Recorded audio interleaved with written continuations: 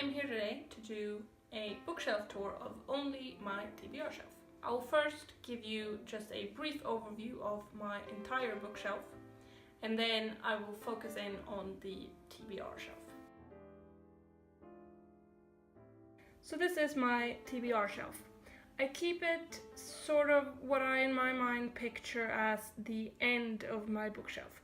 It is the lower right corner, and I keep them in one section of my bookcase so that when I am picking out new books to read, I only have one place that I need to look at to see which books I can pick up. I also keep my TBR shelf organized in different categories or in different sections, you might say. And this is a IKEA bookshelf. When I bought it, I think it was called Kallax, and now it is called Expert, or it's the other way around. I bought this bookcase maybe 8 years ago. It's changed its name. And these are quite deep bookshelves, which means that I have 2 layers of books. And that is true both for the books that I've read, but also for this to be read shelf. So let's start with the books that I keep hidden at the back.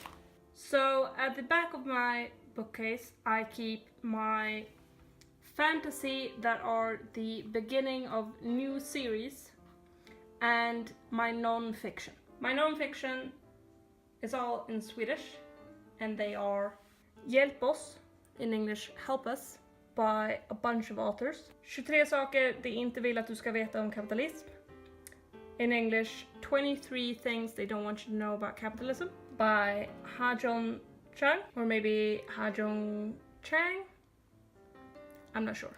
Girls Just Want to Have Fundamental Human Rights, by Jessica Hallbäck. The fantasy start of new series are Outlander, by Diana Cowbin, The Golem and the Ginny, by Helen Wecker, and The Woman's War, by Jenna. The reason why I keep these books at the back is because these are the type of books where I don't mood read. I read them very specifically. And the reason why I've separated the start of fantasy, the start of new series, from regular or other fantasy is because I have a bunch of unread series, I bet we all do, and I would like to finish some of those series before I start with new series. But I didn't think of that when I bought those books. So at the front I keep my fantasy, and they are, it's such a high stack of books that I need to keep them sideways so I don't actually see them. But these 3 are one series, and then I know which books these are. So this is my stack of fantasy. Here we have my stack of classics, and here we have my stack of what I call my miscellaneous, which is basically anything that isn't classics, that isn't fantasy, but is fiction. So if we start with my fantasy, we have The Willful Princess and the Piebald Prince by Robin Hobb. We have, going in the wrong order, Ship of Destiny by Robin Hobb, The Mad Ship by Robin Hobb, and Ship of Magic by Robin Hobb. And these 3 are part of the Live Ship Traders trilogy, which is the second trilogy in the Realm of the Elderlings world. Then we have Stormcaster by Cinda Chima. This is the 3rd book in her Shattered Realms series. And finally in fantasy we have the huge The Priory of the Orange Tree by Samantha Shannon. And then going with the miscellaneous, just because those are on top of the classics, we have Ditt, Affär by Fredrik Backman, in English The Affair of Your Life, or The Affair of a Lifetime, I think I saw it on Goodreads. Snow by Orhan Pamuk. If Cats Disappeared from the World by Genki Kawamura. Min mormor hälsar och säger förlåt by Fredrik Backman. In English I think it's My Grandma Told Me to Tell You She's Sorry.